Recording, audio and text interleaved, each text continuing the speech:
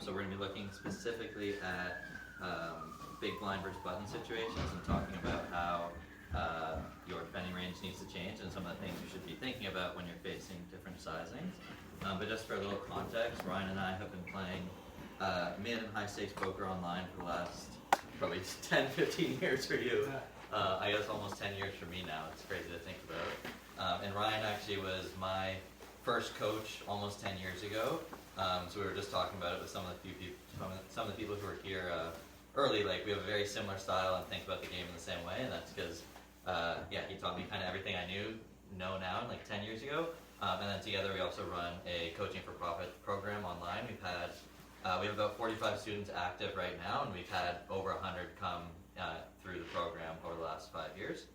But yeah, jumping into today's topic, like I said, we're going to be looking at big blind versus button situations and kind of comparing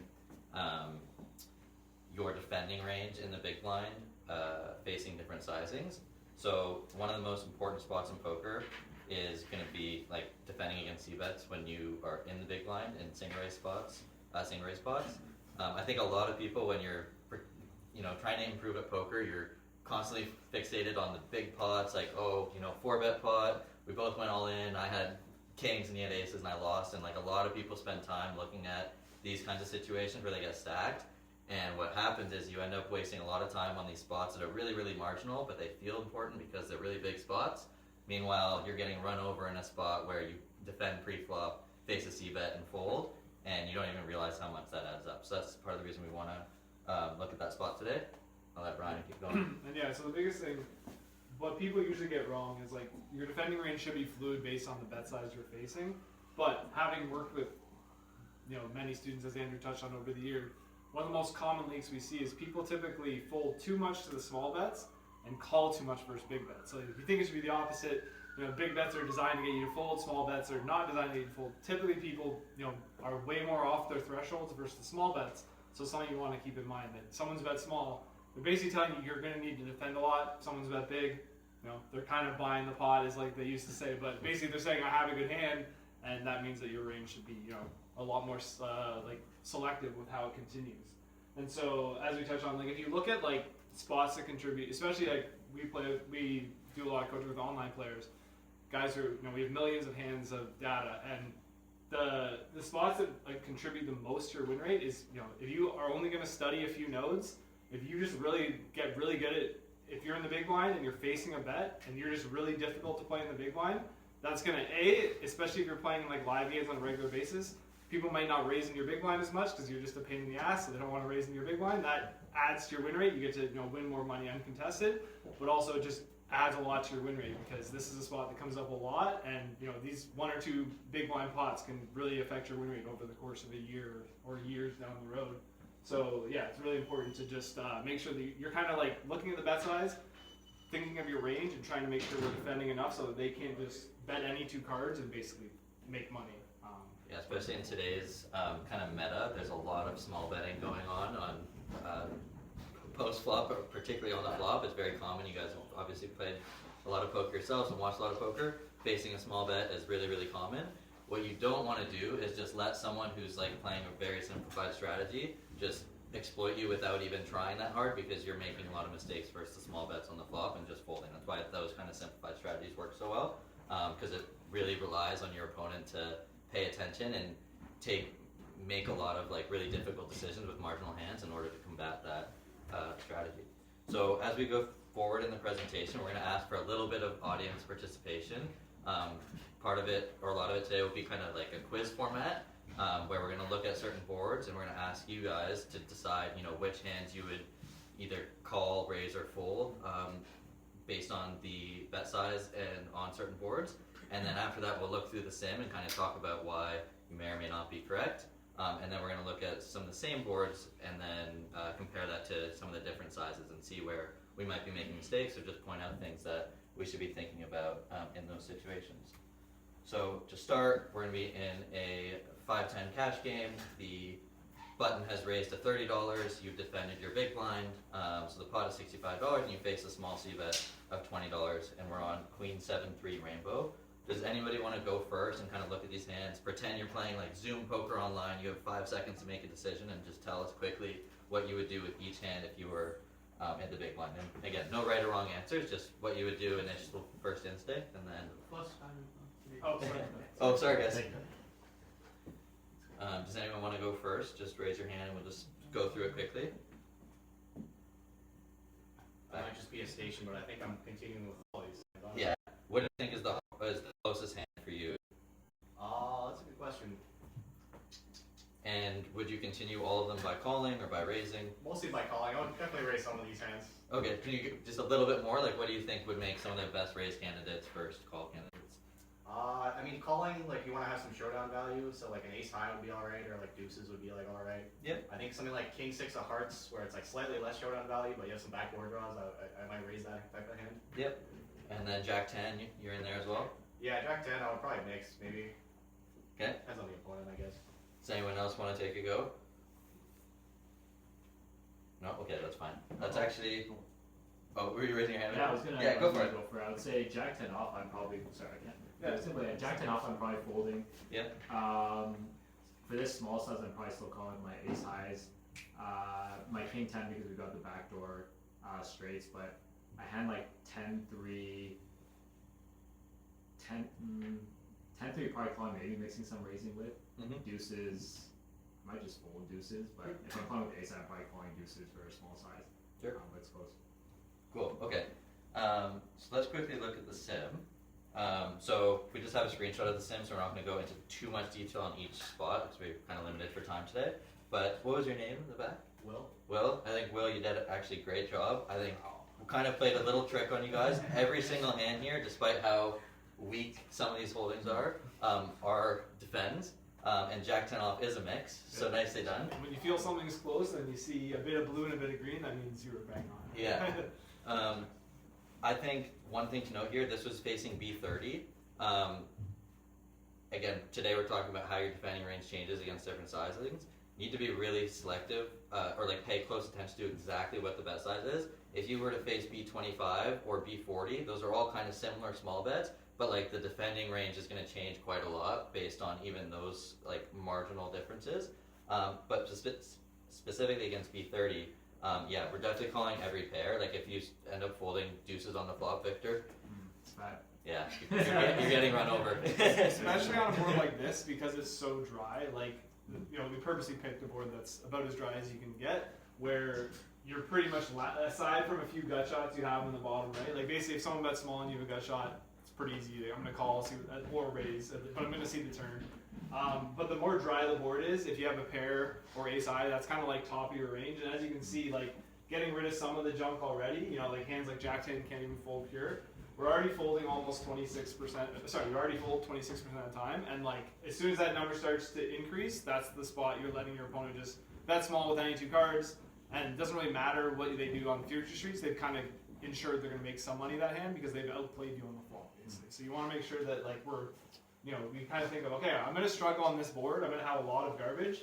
A hand like, 8-5 suited is literally 8 high with nothing, but it's continuing if it has a backdoor flush or like that type of stuff. Those are the hands you got to be really paying attention to when your range just lacks, pairs basically on a board like this. Yeah, and you can see like some of these hands like 8-5, Ryan pointed out, and 9-6, and these kind of like really awkward hands. Like if you end up, not knowing these types of hands are supposed to be a defend, and then you start folding all of them, all of a sudden your folding frequency has just gone way up, and then whoever is betting in position against you just gets to just print so much money with their small bets, particularly if they're range betting.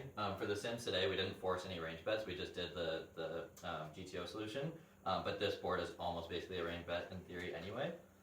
One quick thing I wanted to point out is for Will, so you nailed it. Congratulations, that's awesome.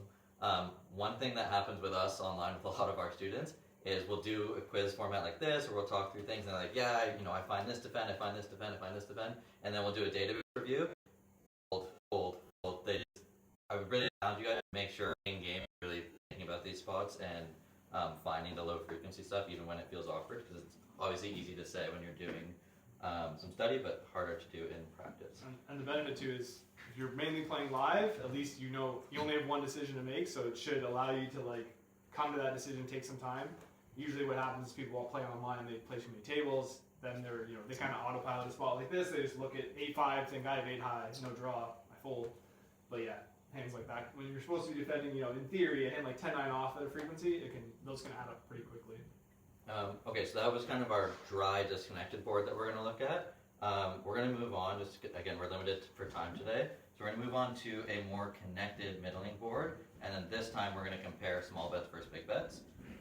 So we're going to do the same thing if someone else wants to volunteer. Just rapid fire, go through each hand, maybe a little bit more on like why you think each hand should be in there or not, and where you're going to kind of map each hand to call, raise, or fold. Then we'll look at the solution again, and then we'll go and do the same exercise facing a larger bet. So if anyone wants to go for What's the action? So we're facing a small bet, about 30% pot on this texture. So 10 of diamonds, 9 of diamonds, 5 of hearts. And then you can basically, it says call, or it's basically like, are you continuing this hand or are you folding it? And those are those options right there. So it's a good exercise to just try through it. So if anyone wants to volunteer and give it a shot.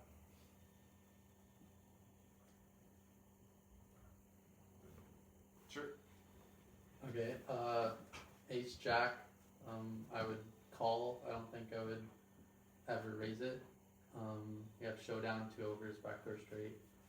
6s, because the bet size is so small, I would also call. I would obviously prefer to have a diamond in my hand, but I think it's just still way too good to fold. On this texture, do you think you're folding any pairs?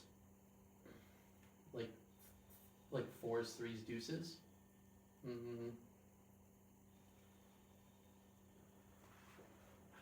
Maybe for the ones under the 5 you want a diamond, and the ones without you fold. That would be my guess. Okay. Ace of hearts, 8 of diamonds, 3 to a straight flush, ace high. I don't think I would ever raise this one. I think I would want to raise more with the ace of diamonds in my hand versus like the 8 of diamonds, but I would probably still continue it through a call. Jack 4 of hearts.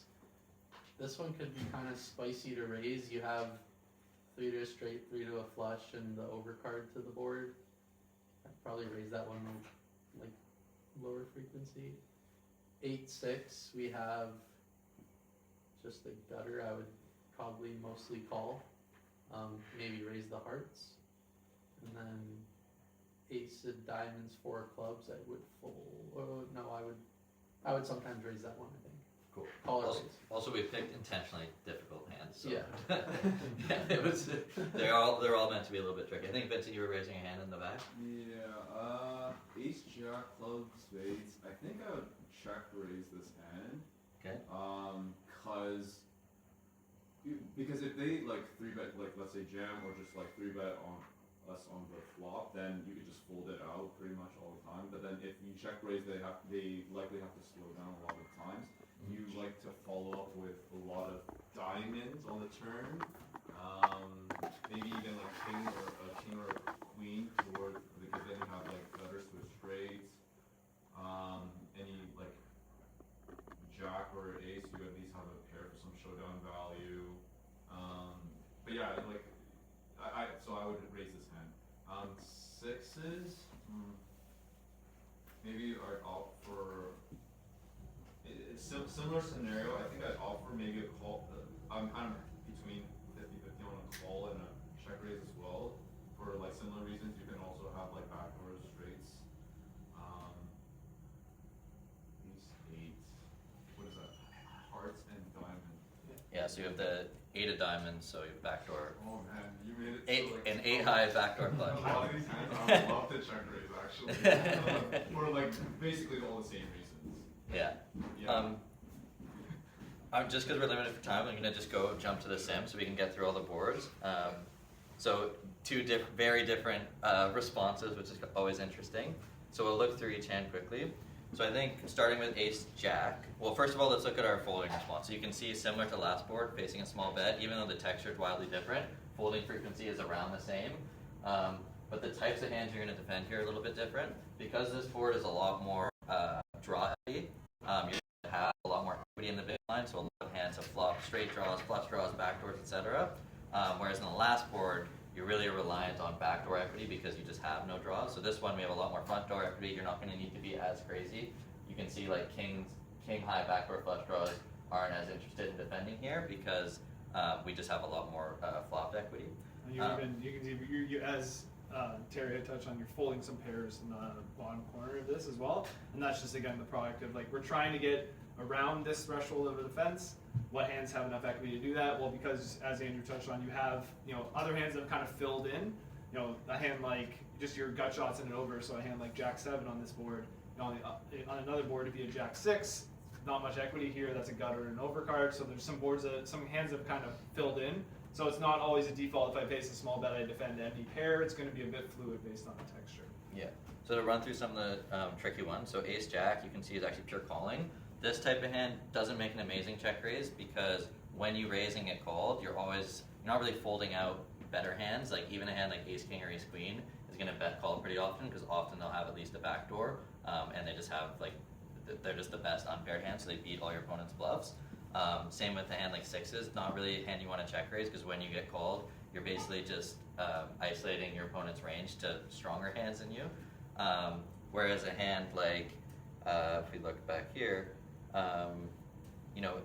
Jack 4 of hearts, that type of hand, I think in this example it's definitely folding, but like those type of backdoor hands on slightly different boards could be better check raises because you're going to get better hands to fold and you have some backdoor equity to continue barreling.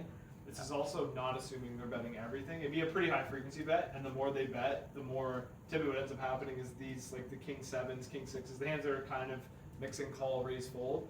Some of those will shift to raise a bit more, but yeah, if you don't know how often your opponent's betting, the best thing to do is kind of just assume something reasonable like this, then you can't be exploited if you play a reasonable flop strategy. So yeah, then these hands, so like probably one of the most cuspy ones is, Terry paused on it, is the Ace 8 over here, where like with the Ace of Diamonds you would continue, with the 8 of Diamonds you'd actually just fold the flop. So it's like, you gotta be careful what equity you're continuing.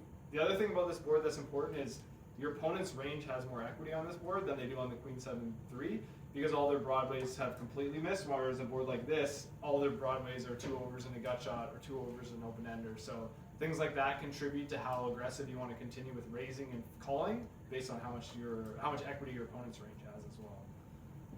Yeah. Just to look at the other hand. So Jack 4 is folding. Again, you just want to continue with higher equity. 8-6 of spades, always continuing because you have a direct gut shot. And that gut shot's worth quite a bit. Like you have slight reverse implied odds on the 7, but because there's a higher straight available, but against their overall range, you're doing quite well. And then the last hand was Ace of Diamonds, 4 clubs. I imagine that one always continues. Yeah. And so when you have the Ace of Diamonds, again, sorry you guys can't see the suits because it's just a screenshot, but trust us, we know what it's going to be. The Ace of Diamonds that's going to be raising, and that's just because you have decent backdoor equity, and especially when you are on a board like this where you have so many hands with decent equity, whether it's front door or back door, you get to be more selective, right? So we're only going to use Ace 4, for example, or Ace 8 when we have the Ace of Diamonds because that equity is worth more because we can make the nuts with our backdoor flush draw as opposed to using the 8 of Diamonds or the 4 of Diamonds. It's not worth as much, so we get to be a little more selective in that case. But this was against a small bet, like high frequency small bet. Now we're going to look at some hands if we were to face a 70% pop bet. So same board, same situation, except now our opponent has chosen a larger sizing. This is actually more what it's meant to be doing in theory anyway. The type of texture benefits a lot for the imposition player to use a large size. So more experienced players will likely do something like this when you're playing against them. Now we have those same hands, and now our thresholds are going to change, right? So if anyone wants to give a crack at what the new thresholds are going to be for some of these hands, please go ahead.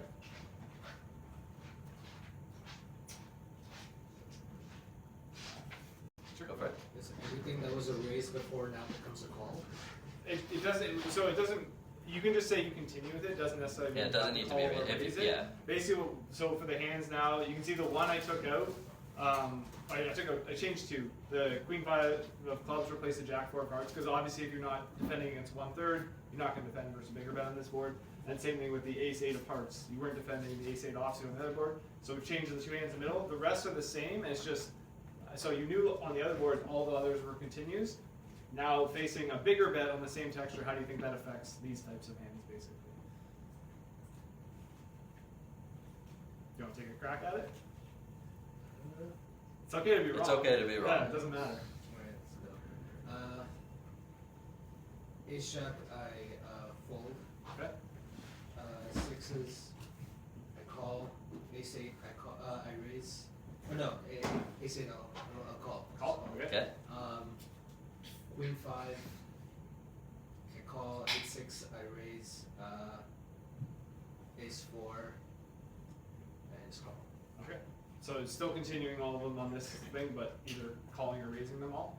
Yes. So Go ahead. Versus 70%, I think we definitely are not continuing with all of these. Okay. I think ace jack off, I think can probably continue. Sixes, I think I only want to continue with the diamond. Ace eight of hearts, will be a call, but we're gonna raise less against 70%, so I think our raise percentage is gonna go down quite a lot. Calling with pair of fives, I think we're folding with spades with the gut shot, and calling rather than raising with raise of diamonds. Okay. cool. Let's take a look. So first thing you want to look at, you can see our fold frequency has gone up 20%, so that's important. Like, we have to know, okay, I face this size bet, I'm going to be folding more, so you have to trim out some of the fat. You can see, first ones we didn't really touch on, all the pairs fold, even sixes with a diamond versus this bigger size is a fold, so this is something people, even you can see sevens and eights are starting to fold, so sevens, based on, we can't see the suits, but you can tell, eights with a diamond looks like a pure continue, but even sevens with certain suits is starting to fold, so again, your opponent's betting big on a board that's good for them. You got to give that a lot of respect. You got to start folding some of these marginal continues. And you can see, yeah, like the ace four now is completely folding. You got to be more selective with just like, basically, when your opponent bets quite large, the first hands that want to go are the backdoor draws. So if your hand has no immediate equity, those are the hands that just kind of go away. When they bet small, because you can't just, if we tried to follow a similar strategy where we're basically just following front door equity hands, we'd never be able to defend enough. So now that we're able to fold 46%, you need basically front door equity to continue versus a larger size bet. I think another thing to touch on is improvability. So the reason why hands like sevens and sixes are folding here, even though your opponent might bet some bottom pair in this spot, where you're beating a portion of, and you're beating all of their bluffs, obviously, you're still folding sevens and sixes because you don't improve well. You only improve when you turn a set, basically, and you're going to likely face a barrel pretty often, and those hands, block some of your opponent's bluffs. Again, can't improve well. Again, you only have two outs going on to the river, and so it's a lot better to continue with hands that have immediate equity or better improvability. So you'll see in this situation, like you're pure folding sixes, you're almost pure folding sevens, but you're also continuing every time with. Well, in this case, king queen is a gut shot, but you'll see on like slightly lower boards where like you might continue some like two Broadway cards, just over cards, and fold some of your low pairs just because of the improvability, right? And the way people are going to put money in. If you continue with a hand like two over cards and you turn top pair, it's usually going to be a good situation for the in position player to put money in the pot. And now, great, you've improved to a strong hand. Whereas a hand like sixes and sevens are really going to struggle to defend on most runouts. I think something you mentioned as well, your raise frequency goes down on when you face a larger bet, and that's almost always true. The impositions range when they use larger sizes compared to smaller sizes is always going to be more polar, or almost always going to be more polar. So when that's the case, they're betting really, really good hands and bluffs as a very simplified version of what polar range looks like. So then when that's the case, like your value threshold needs to go up, and then your raise frequency as a whole will go down. And then, now we're folding more, so we're pitching a lot of those backdoor draws as well, as Ryan mentioned. Yeah, you can see, and like gut shots will be the next. We've already got rid of the backdoor draws. The next one's gonna be like dirty gut shots. So a hand like 8-6, basically it doesn't make the nuts on any turn. Obviously a 7's good for it, but it has reverse implied odds on a 7 in a bigger pot. And then even your pairs, especially these pairs like the bottom pairs, Jack 5, Queen 5, King 5. I think typically if people pair up on the flop, if they're facing a reasonable size, which maybe bet 70 feels like, they're like, I gotta see the turn. But same idea, these hands like Jack 4, Queen 4, King 4, they've got some bad reverse implied odds as well. Your two pairs, if a lot of money, if you have Queen 5 and you turn a Queen, and your opponent wants to put all the money in, it's usually not a great result for Queen 5, so you want to, these are things to consider. Your opponent is going to improve a lot on the turns that improve your hand, but you still don't want to put money in. Those are important things to consider. You're basically setting yourself up to get cooler in that case. Like especially when you face bigger bets, you want to be really selective of, again, I'm talking about improvability. 6 and 7's bad because they don't improve. Queen 5, yeah, you have 2 pair outs, and that's more than, 2 outs if you have a pair and can turn a set. But when you turn a queen, your opponent's also going to turn Jack 8 for a straight or King Jack for a straight, right? And so when they pile all the money in, like Ryan said, your 2 pairs actually going to get you in more trouble. So as the flop bet size increases, these are like some of the considerations you need to think about a little bit more. Whereas when you're facing small bets, you kind of just need to defend any equity that you have. In the back, yeah. Yeah, question. If you have like Jack 8, the open ender. Yep. I think it's grayed out in my glasses. Yeah, Jack 8 off isn't a defend for this size in theory, but you can have Jack 8 suited here, so we have it. We have it up there. Like, why would you not do Jack 8 off? I feel like maybe is that where I'm losing my money? So why would you not defend it? Yeah. It's just typically, this is an online sim with like rake, and so it depends if you're playing in an unraked game. So if it's a rakeless game and your opponent doesn't raise as big, there's different factors. It's not in here because it's folded pre-flop. Yeah. So you would have just folded pre-flop in this rake environment. If the rake structure was different, if your opponent raised smaller, there's different factors that might contribute to being a defend. But in this environment that this sim was ran at, it was determined not to defend pre-flop. It's kind of an important thing, and I was going to touch on it at the end. But like today, we're focused specifically on how bet sizing affects your defending range. Today, we're looking specifically at big blind versus button spots, but it actually applies to every single spot in poker. Like anytime you face a bet, the larger the size is, the less you need to defend, and then you have to structure your range in a way, to hit that specific defense frequency. So same thing with pre-flop. The reason why you don't have Jack 8 off in this situation is because your opponent raised to 3x, and 3x is probably more common live, but online it's not something you really see ever. It's a really large opening raise, and so as the same reason why we're folding more versus B70 here, it's the same reason why versus 3x open we're going to fold a lot more, whereas if this was a min raise pre-flop, your defense would be wildly different. It doesn't seem like a lot when you're playing, especially you're playing live, this guy opens $20, this guy opens $30. In the long run, those decisions matter a lot. And so, if your opponent min raised in this situation, we would defend, every ace. In this case, we folded ace deuce and ace 3 off pre-flop. We would probably defend every king. The queen, like there's threshold, right? So the range would be a lot wider, but yeah, in this case, no Jack 8 just because the rake structure. It's not so important that like we worry too much about the exact range. It's more just like we got to the flop with these hands. What are our continuing? And yeah, so if and the other one thing quick to touch on, I don't think we mentioned. So we saw we were folding the King 5, the Queen 5, Jack 5. You can see though all the low suited 5s pure continue, and this is that same improvability where if you turn 2 pair with 5-4, 5-3, 5 deuce, it's significantly better for your equity versus your opponent's range because your opponent basically never has those cards in range, so you get a lot more Queen 2 pair equity, which is important in a spot like this. Turning 2 pair 5 deuce worth way more than turning 2 pair with Queen 5 because if your opponent piles money on the turn on the deuce, like they think all of their over pairs are still nutted.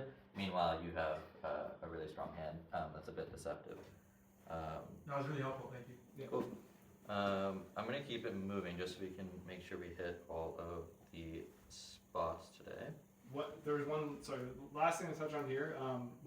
If you're ever wondering, you can see a lot of hands kind of mix, like halftime raising, halftime not. Whenever you're raising your draws, especially if you're playing live, it's an easy way to kind of randomize, and no one will ever know, especially people don't know your strategies, but just use the combos that contain the cards on the flop. So if you're check raising any sort of straight draw and you have a diamond in your hand, be more aggressive with that combo, or even a heart, because those actually block your opponent's continues and give you a little bit more equity. Yeah, so just like a little thing. If you ever want, it's because sometimes something's raising 25 or half or whatever, and it's hard to know like how often to do this. A simple way to do it is just like if you had a hand here like Jack 8, you can't have the offsuit one, but as you touched, or Queen Jack even is a good one. Just raise when you have the Queen of Diamonds and call when you don't, and that's like a kind of a good way to keep yourself in check. Okay. So now we're going to look at another board, same exact situation. We're facing a small bet again. This board is obviously one of the best flops possible for the imposition player, which means in the big blind, this is kind of your worst nightmare. Like, unless you flopped a set of sixes, every hand you have loses to your opponent's value bets, nutted value bets. So that makes our life really, really difficult when we're struggling to have good hands and our opponent has all of the nutted hands. So just keep that in mind in terms of structuring your defense.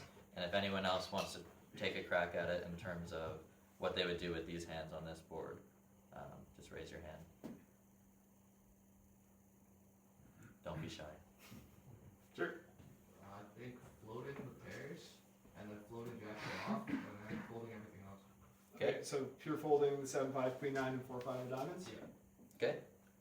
Does anyone else? differ from that?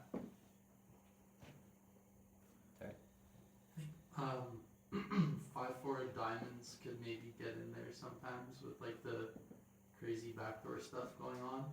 You turn a lot of like gutters on like a 7, a 8, a 3, a deuce. Okay. So those, and you have the backdoor diamonds. But I would probably use like a very large size on this board when I raise because it's so good for the button player. So just want to raise like really polar, I guess. Like, Sure. yeah, You're not going to be raising much like ace 4 off for protection. No, You're going to raise like strong hands and bluffs, right? Yeah. And then the other two you're still folding though? 7-5 of spades and the Queen 9 of diamonds? 7-5 of spades is kind of similar to the 5-4 diamonds. Maybe do it like a quarter of the time, And then fold the rest? and then fold the other. Like, I feel like if you're always raising 7-5 of spades or 7-5 of diamonds or 7-5 of hearts, you're just gonna go way too overboard on a board like this. But maybe like choosing to do it like a quarter of the time could be okay. If your opponent's betting 1/3 on this flop, how much of the range do you think they're betting? Like all of it. Okay, so that's going to be important when we Yeah. look at the next. So that That's means- always something to consider, right? Yeah, that means they might be betting hands, or should be betting hands like pocket 4s here, or Yeah. 9-8 of clubs, right? They're going to have all their air and all their junk as well, right? Yeah. Keep that in mind. Alright, should we take a look? Yeah. So that's why these hands, like you touched on anyways, they always make really good aggressive hands as we go to the next slide. The low stuff makes a really good aggressive candidate here, the ones that have like backdoors. Again, obviously we're facing a small bet. Typically what that means is on a board like this, your opponent's basically going to be betting everything. So when you have two low cards like 5-4, you unblock all their middling stuff that has missed. So hands like 10-9 off, 10-8 off, 10-7 suited, all this type of stuff. So having two low cards, these are actually some of your best candidates to be aggressive with, because you can't really block their ace-x because they can open any ace on the button. So what you want to do is just unblock all the stuff in the middle that has no equity. Thank So you. having two low cards like this that wrap around the bottom card. So 7-5, 5-4, these are 3 to a straight with the 6. Those are like kind of power bluff cards. Also because when you turn equity with this hand, same idea, you're never dominated. If you check raise 5-4 and you turn a 3, you have like the cleanest draw in the world. So like those are important for your future street barreling. You'll notice here none of the pairs are folding, so I think in the back you said you're floating the pairs and Jack 10. So Jack 10 obviously continuing every time we have a gut shot to the nuts. Also, again, if we think about how the money is going to go in on future streets, if we make it straight on Queen, well that's still a really good board for our opponent. Our opponent's going to pile in money, so having all of those Broadway straights draws continuing on the flop is really important because we have really good implied odds when we hit. Kind of same thing with the pairs, like in this spot when we turn a set, doesn't matter if it's deuces or just any set, it's going to be really amazing for us. And because the board is so dry, kind of similar to the first board we looked at, we don't really have a lot of hands that get to continue, right? Like we're folding 37% even when our opponent's going really small because this board's amazing for the imposition player, not so good for us, and it's pretty dry. There's not that many draws except for the Broadway straight draws. So it forces you to defend, like pull your defending hands from different parts of your range. So always pairs, again, when you hit that, even though it's rare, worth a lot, and also you have showdown value now. If it checks down the rest of the way, you can still win. And like we touched on, your opponent's probably betting their entire range, right? So they're going to have hands that bet the flop and just check down and give up because they don't make great bluff candidates. And then, yeah, like Ryan touched on, those low cards are really, really good for check raising. So you can see the 5-4 getting in there. It's continuing every time except when it doesn't have the backdoor flush draw. So just know when that sliver of blue is there, it's just going to fold the ones with no suit and continue pure with the backdoors. And then, yeah, 7-5, same thing. It's going to continue by calling or raising every time. unless it has no backdoor flush draw equity. So again, you see this kind of flop, you're in the big blind, you look at 7-5, face a bet. I think a lot of people's first instinct is to muck it. But that's kind of the same thing here, where like if you end up folding all of those types of hand classes, you end up getting up to 50% fold frequency, and now your opponent, who just read a few articles on how betting small is really good, is now exploiting you without even trying all that hard. So yeah, there's already a lot of junk folding, so you can see how this could creep up, and this is why a lot of people do play a lot of small betting strategies, is because you're basically putting the responsibility on the big blinds. Like, I've done my job, I bet small on this flop, now it's up to you to make sure that you're not just folding so much that I just make money when I see bet my 10-7 offsuit or whatever it is. yeah, I think one thing Terry touched on as well, when you're check raising in this spot, because again, it's such a good board for your opponent. When you're check raising, you're going to be very polar. So we're going to be check raising pocket sixes every time. So that's our best hand. We're going to be check raising king six, and we're going to be mixing some of our other two pair hands in a sliver of like, some ace jack and stuff like that. But by and large, our range is really polar here. When your range is polar, you use a larger size almost always, right? So we're check raising really big. We're saying we have a really nutted hand, or we have a bluff. And it's kind of the same principles when we're facing these big bets, right? When we're facing a small bet from our opponent, they're going to be more merged, and they might even be betting their entire range. When we're facing a larger bet, like a B67 on the last board, they're going to be a little bit more polar. And then in a second, we're going to look at this board facing an overbet, which if you were to like have the computer play against itself, it would choose an overbet on this flop because it has such a huge advantage. Was there anything else you want to touch on? I think that's basically it. Cool. Okay, so now, again, same situation pre-flop, same board, but now we're facing an $80 bet in a $65 pot. So our opponent has used a small overbet, call it 120% pot, maybe 115% pot. I don't think you're very happy seeing this ever unless you flopped sixes again. This is a pretty terrifying proposition. But at the end of the day, we can't fold everything. We have to, draw the line somewhere and make sure we're calling sometimes, so our opponents can't just do this every time and print money. So if someone else wants to give it a go here, be curious to see how you guys. It's the last quiz of the night, too. Yeah, so last one. I'll take a shot. Go for it. Deuces, fold, 8-6, fold, ace-5, call, jack-10, call, nines, fold, king-10, call. Okay, so folding the pairs and folding bottom pair, and then calling the nut gut shot, calling top pair, and calling second pair. Yeah. Would you? Is there any 6x you would call, or are you folding all of your 6x? Like, aside from sixes. Sorry, like if you have a pair of sixes, not pocket sixes, just a 6 and a side card, are there any of those combos that you would call, or are you just going to fold if you have bottom? Aside from ace-6 and king-6, no. You just fold the rest? Okay. Okay. Or And some success with 6x with backdoor draws as well. that's where you draw the line? So you fold the rest and then call some of the ones that have maybe a backdoor flush draw or something like that? What about your king X? Calling all your king X or folding some of those? Anyone? I think we're folding most of the king X. Most of your Most king of X? the Okay. king X. Should we take a look? I'm only defending ace five, I think. Only calling ace five The and rest are folding the folds? rest. Okay, let's take a look.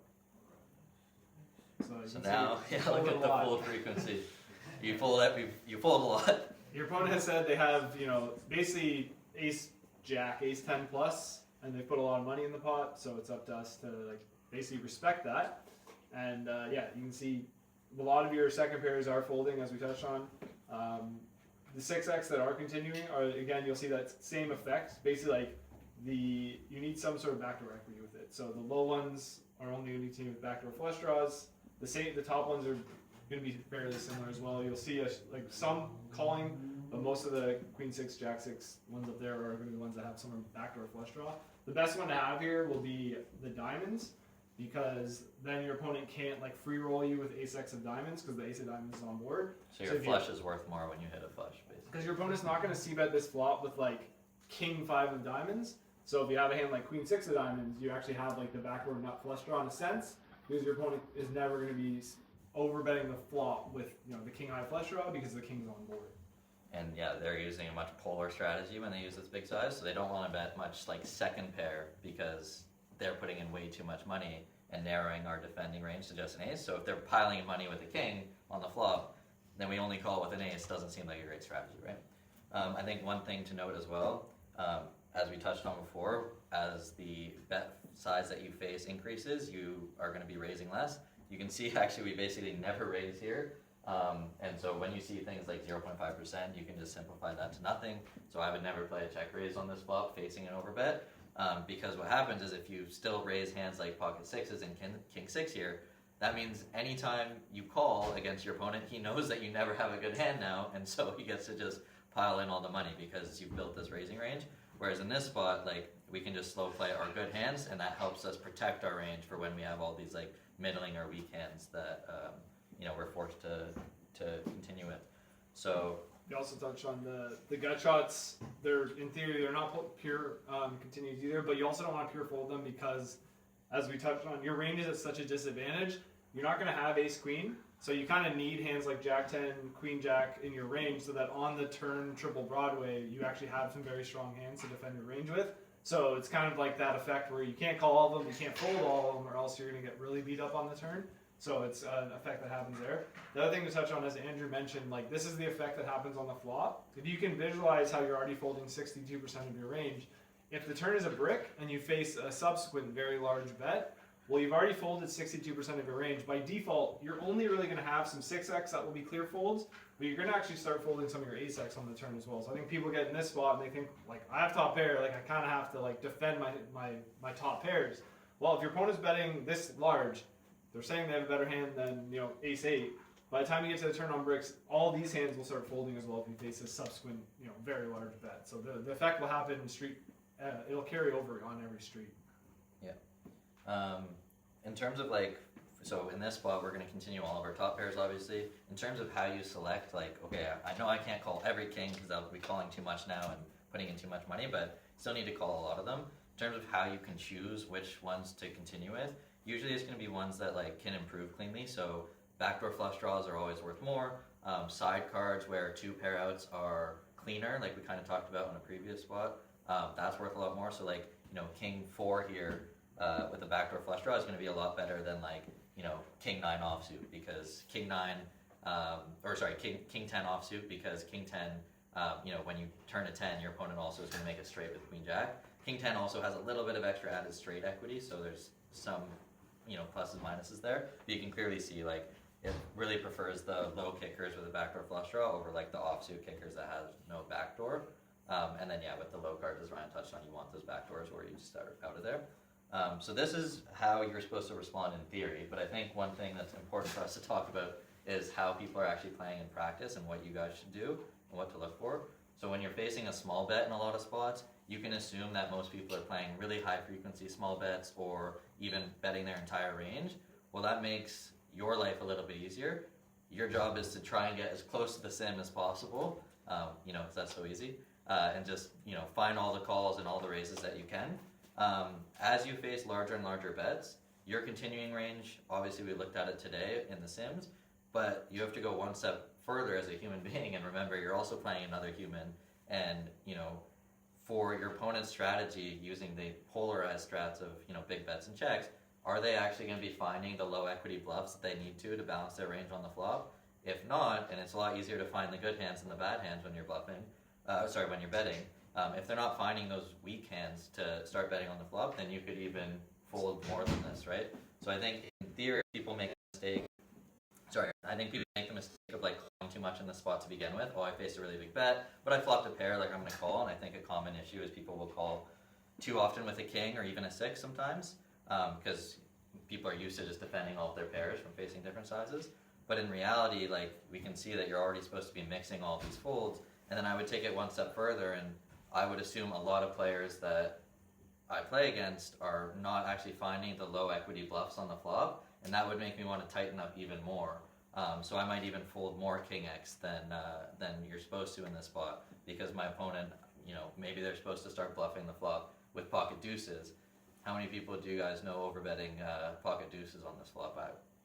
It's tough, right? Lots of those same idea. Lots of those same power hands, like the 7-5, 4-5 that we were check raising with versus the 1/3. Those will be some of the hands that get overbet on the flop in theory.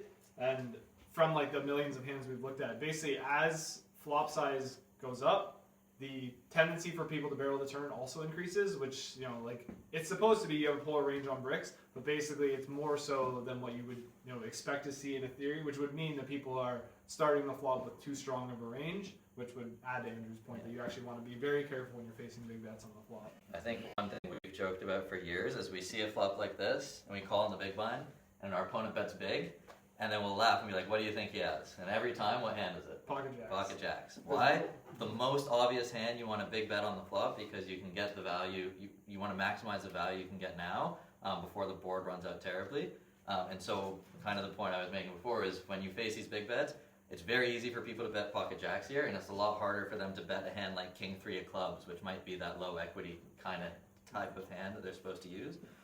So that's just something to keep in mind once you get out of the sims and once out of the study, like how are your opponents actually playing in reality, and not to take that extra step to figure out how to, you know, defend either more or less against them. So I guess we can look at a few takeaways and then maybe answer any questions afterwards. So I guess big thing, remember that the relationship between the bet size, remember the relationship between bet size and defense frequency. So as the size goes up, we need to defend less and check raise less, and the types of equity we want to continue with shifts. Play as close as you can to theory when facing small bets, what I mentioned before. You know, if people are range betting, you need to defend really, really aggressively, and so play as close to the sim as possible. But yeah, as people are betting larger, make sure that your opponents are actually playing the strategy properly and finding the lower equity bluffs. If not, then you should tighten up even more than you should, than you would think. And then, yeah, the last thing I kind of touched on earlier with the pre-flop stuff, but these principles apply to every street. So today we just focused on this one spot, but it's kind of the same thing on the flop, on the turn, even the river, like, you know, facing different sizes drastically affects the types of hands that you need to continue with. And it matters pre-flop as well. Like if someone is 5xing randomly, like that's gonna, you know, drastically change how you should respond compared to min raise or 2.5 or 3x. And small differences in sizings make a huge difference in the long run. So that's kind of what I touched on at the beginning as well. Like it matters more online, I would say, but in general, like if you were to face a 25% bet compared to a 33% bet, that has like really large ramifications. And so in the long run, you're going to want to make sure that you're understanding the differences and, you know, defending slightly different and, you know, adjusting it accordingly. Yeah. You know? Sounds good. Does anyone have any questions? I know we kind of went through a lot today, and you know, people are probably at different skill levels in here, so yeah, happy to answer anything that comes to mind. How would you change, I guess, anything from the takeaways to everything we've covered so far on the stakes if we take it down to lower stakes like 1-3 or higher stakes like, you know, 25-50? The good thing is you can basically play, you're going to basically play the same regardless of stake as a baseline. Like the way I would look at it is if you say you're playing live, you sit down at a table, whatever, regardless of what stake you're playing, if you sit down and, you know, you see one of these flops and you face one of those flops, sorry, you face one of the bet sizes, you should always just like think of your baseline. So what do we look at today versus small bet? I'm looking for, you know, I want to fold as little as possible. Where am I going to find my like weaker hands? Going to be like the backdoor draws, that type of stuff. As my opponent's bet size increases, I'm going to, you know, fold some of the weaker pairs, fold some of the backdoor draws, looking for more front door. And then as they get bigger, now it's on me to have the discipline to fold like good hands, basically, you know, pairs on the board, stuff like that. That's basically how you're going to start. It's not really going to matter what stake you're in. Obviously, if you're sitting at a table for an hour or two and you start to see tendencies from people, you know, the last time the board came ace, king, 6, the guy overbet, now he's betting small. Well, now you know this guy's, you know, has some inconsistencies in their strategy, stuff like that. Then you can make adjustments. But I think the best thing to do is just sit down, have like a solid just baseline strategy, and then make adjustments as you see your opponent deviate, rather than like assuming this is low stakes, like this guy doesn't bluff enough. Like we hear that a lot from students, like nobody bluffs at low stakes, you know, recreational players never bluff. And it's like, neither of those are true. Like, if anything, a lot of the low stakes recreational players bluff the most, right? So it's just, you don't want to try to basket people. You want to just like sit down, have your solid strategy, and then when your opponent gives you reasons to deviate, that's when you start making adjustments to your strategy. Yeah, we hear that a ton, like, oh, at this stake they don't do this, at this stake they do that. I strongly encourage everyone to just kind of throw that thought process in the bin. I think it's really important to profile your opponents, but it shouldn't be based on the stake level. It should be things that you actually see them doing in game, and then you can kind of bucket them into different categories. The good thing is Andrew and I both started playing low stakes, so we've played everything from, I played 50NL for a while online. Now we play high stakes, right? So we played every stake in between, and yeah, like on average, the higher stakes players are going to be more aggressive than the lower stakes players. But it's important to not just like make massive deviations before you have evidence of that. Anyone else?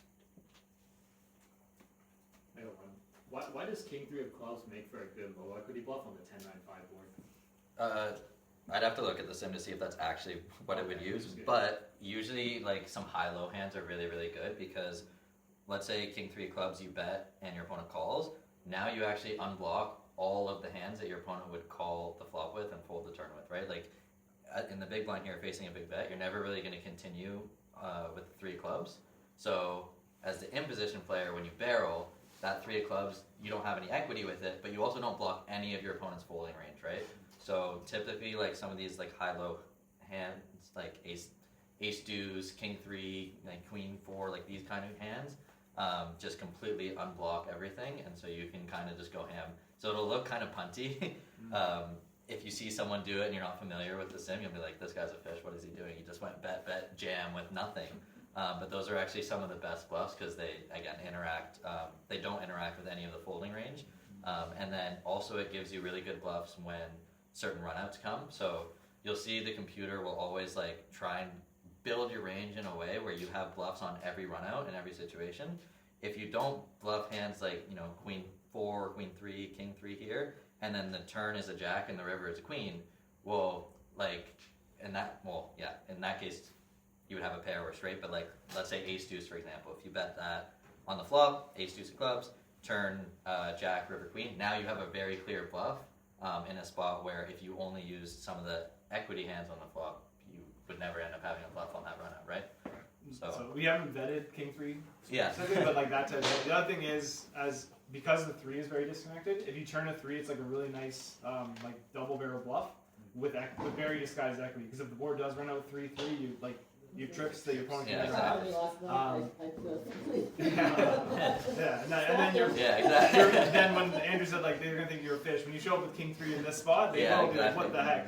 And the other thing is, as Andrew touched about, not only is it important on like when the draw is complete to have that hand of bluff, the inverse of that is true where like if you have queen jack here, say you have queen jack with queen of diamonds, ooh, that makes a really nice bet, I'm gonna barrel that hand. When everything bricks by the river, you have bluff. 2 terrible cards to bluff with. You want your opponent to have the queen of diamonds and the jack, right? Right. So, but if you have king 3 of clubs, now you unblock all of their ace high flush draws, king high flush draws, straight draws. So now you have a hand that can bluff when stuff completes or when bluff misses. It's kind of a hand that can bluff on any runout. Again, that doesn't mean you see this flop, you have king 3 of clubs, just bet that, go all in. But you'll see, I wouldn't be shocked if it used that hand, like, or hands like that. You'll have this kind of hand class of like high-low junk hands that kind of go ham for, you know, the reasons we kind of listed here. So again, it looks ridiculous, and that's why I think when you're in the big blind in these spots, if your opponents are not strong enough or studied enough to find those hands, then it's really important to over-adjust and even fold more than we saw today, because otherwise you're just, you know, putting in too much money against a really, really strong range. Awesome. Anyone else? Or are we doing some gambling?